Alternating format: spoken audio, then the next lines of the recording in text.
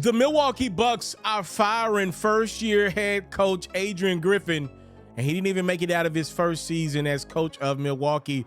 Despite a 33-10 record, according to Adrian Wojnarowski, the Bucks have made the decision to fire Adrian Griffin before we even reach All-Star break. Joe Prunty will resume as the interim head coach for the third time in his career.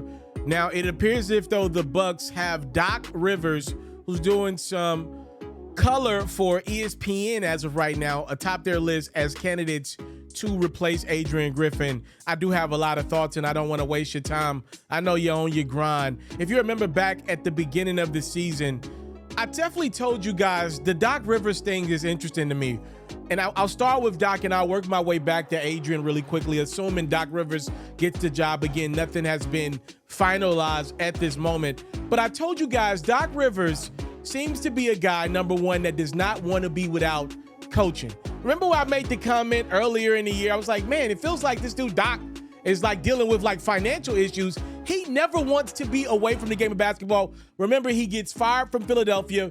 Oftentimes at that spot, or let go by Philadelphia, oftentimes at that spot, we see coaches take a break for a year or two, kind of landscape the NBA, kind of see where they could see themselves being coached next, kind of maybe watch the product away from it for a year or so time. In Doc's situation, he has the opportunity to be an employee for ESPN and do a lot of games. He could have got a different lens of the game of basketball for a year or two. That wasn't Doc's story. Immediately after he's gone from Philly, we hear the rumblings of him in contention for the Milwaukee Bucks job. I think he even did an interview for the Phoenix Suns job as well that was available this past summer. Like, Doc didn't want to take any time away from the game. And that was weird to me. And I told you guys, I would never hire Doc to be a guy that comes in and deals with a young team. What I believe Doc exceeds well with is superstars. That's what we see in him, what we saw him win in Boston. He had some success with the Clippers. He had some success with Philadelphia. I could argue Doc wants grown men in the room. You could make a case that maybe Blake Griffin, maybe James Harden weren't Doc's guys. And even you've heard Doc allude to the fact that Harden, got him fired. That's what he said, right? He literally said that. So the Doc piece doesn't surprise me. I think I even mentioned I wouldn't be surprised if Doc's the next coach of the Bucks or the Lakers. The Bucks and the Lakers are a Doc Rivers job. If we're being honest, he's going to get it. Now, why is Doc going to get this job? That brings me back to Adrian Griffin. Again, the Milwaukee Bucks at this point in the season are 30-13, and they're getting rid of their head coach. Man, there is a disconnect. Listen, man, I'm going to be the one to say the honest truth. This is why you come to your boy. This is why you tune in to me. There is a disconnect in the NBA, and it's been this way for quite some time, between former players, usually African-Americans, who get their first nod at head coach in their late 30s, early 40s. There is a disconnect within the NBA spaces, and we oftentimes see them getting fired quicker than we do other coaches that have not done as good of a job as some of these coaches that we see on the hot seat. Like, for example, I don't want this to just be a black thing. I'm saying it's a young former player black male thing. It's a specific thing we're talking about. Monty Williams has been awful this year. The Pistons literally gave him one of the richest contracts in NBA history. He's been awful. You don't hear Monty Williams' name in any firing rumors. You look at guys around the league that have not been great coaches. I mean, there's a lot of jobs that should be open because of what teams have not done this year, in the past couple years. Some of these coaches are not even on the hot seat. Adrian Griffin didn't even get through one season. He fits this narrative. You look at Darvin Ham, who made it to the Western Conference Finals, but you hear rumblings about his job. There is a disconnect with the young black male that played in the NBA, played against LeBron. That's how young we're talking here. That's coming into these programs, presumably trying to preach toughness, trying to be the leader amongst leaders in the locker room. Let me tell y'all something. It ain't working. And clearly the NBA and these owners and these general managers are saying, yo, if we don't see the end goal in your first season, your first 40 games, We're moving on to somebody who lives more in X's and O's. This tough guy played through it from the former players of yesterday that played in the 2000s, where they, mostly were in their prime around that time, retired, in the last 10, 15, 20 years. It ain't working in the NBA spaces. It's not working, man. I'm telling you, it's not working. And the proof is in the pudding. Adrian Griffin out in Milwaukee after 43 games. If you're asking me about this Milwaukee Bucks product, yes, I watched pretty much most of all the Bucks games. They have not been bad, but if you're watching the games, if Giannis isn't great, they have a hard time beating teams that they used to beat by 20 points. I'm watching the Bucks against the Pistons. This game is going down to the wire. And if you want me to be honest with you, to me, the number one issue in Milwaukee is personnel. Coaching was number two. But because personnel is so hard to come by, it's not easy to trade a Chris Middleton. It's not easy to trade a Damian Lillard, which I'm not saying the Bucks are trying to do. Obviously, they're not. But what I'm saying is it's much more difficult to trade players than it is to let go coaches. It's much more difficult to find talents that are similar to Damian Lillard, similar to Chris Middleton. Obviously, there are no Giannis Antetokounmpos growing on trees.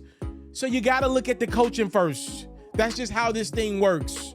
The personnel to me in Milwaukee is not a great fit.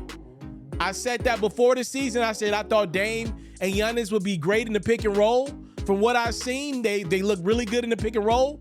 But I don't think this team is anywhere close to a championship. Y'all got to realize I picked the Bucks to get to the finals the last 4 years. I do not have Milwaukee coming out of the East this year. I don't. I got the Celtics. Celtics have lost one game at home. You would have thought the Bucks bringing in Damian Lillard would have been close to had only lost one game at home. Have been really good on the road. And by the way, the Bucks have not been bad on the road. I think they've lost maybe 4 or 5 games on the road. At home, They have not been as great on the road. But you don't feel it. You don't feel it. You don't feel this team as a dominant team. The defense is atrocious. They're in the bottom third of the league. To me, I don't believe Dame and Drew Holiday is as easy as it may seem to be. Obviously, Damian Lillard is the higher profile player. But if you really get into the grits of things, yes, Dame and Giannis work really well together offensively. But Dame's not efficient on offense oftentimes. And Drew Holiday is arguably one of the better perimeter defenders we've seen this decade. Yo, listen. The Bucks so far are regretting that Drew for Dame trade. And the elephant in the room is the fact that Chris Middleton can't get close to what he was in 2021. Those combos may be over. That's why I questioned a few things. I questioned the Dame trade. That's why I questioned giving Chris Middleton the extension. I get it. It's not easy just to lose an all-star caliber guy and let him walk for nothing. But listen, ladies and gentlemen, Chris Middleton ain't returning to all-star form anytime soon. He's not an all-star anymore. Giannis Antetokounmpo, I questioned the timing of him signing an extension. What did I tell you guys? Before Giannis re-upped, I said that was a bad move. Giannis is going to get the max at any point. Them days of guys being afraid of going down and tearing their ACL and not getting the supermax, going down and even tearing their Achilles, which is like the deadliest injury that you can have as an NBA player. Kevin Durant got a supermax deal from the Brooklyn Nets when he tore his Achilles. And he was older than Giannis. I'm not knock on wood, Giannis doesn't tear his Achilles. What I'm saying is those days of NBA stars not getting maxed out, super maxed out, even if they get injured, which is what you think NBA players are signing earlier than later for, those days are over, y'all.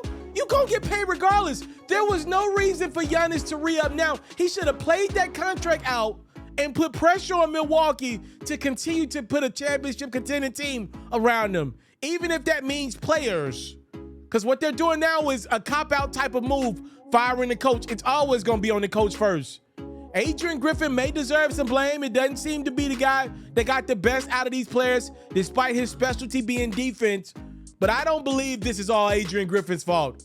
I believe there is some personnel things that do not 100% align for a team competing for championship on the defensive end of the court. And we shall see how this progresses as the trade deadline nears. We'll come back if Doc Rivers is announced as the new Milwaukee Bucks head coach in the upcoming days here. Time Love is important. Let me know your thoughts on Adrian Griffin being fired 43 games into his professional head coaching career by the Milwaukee Bucks. Now, if you are like me and love flexing your NBA knowledge, you should head over to the best place to play fantasy sports. That's Underdog Fantasy. For me, I love the pick'em game. It's super simple to play too. All you got to do is go to the Underdog Fantasy website or app, pick whether a player will have a higher or lower stat line for that game, get all your picks right, and you can win up to 20 times your money. And when you sign up, if you use my code FERRO, your deposit will get doubled. You can't beat that. Again, head over to today's sponsor, Underdog Fantasy's website or app, use my code FERRO, and your first deposit will get doubled. I want to salute you, homie, for building your own thing and doing your own thing. Why build theirs when I believe I can build my own? You've already done it, or I wouldn't be here. I'm already the only elite sports and music journalist in the game today. My goal is simple, to be the best there's ever been. So, please don't go. Make sure you subscribe and follow the journey. It truly means everything to me. I tell stories, I talk music, I cover sports, I am culture, I am FERRO.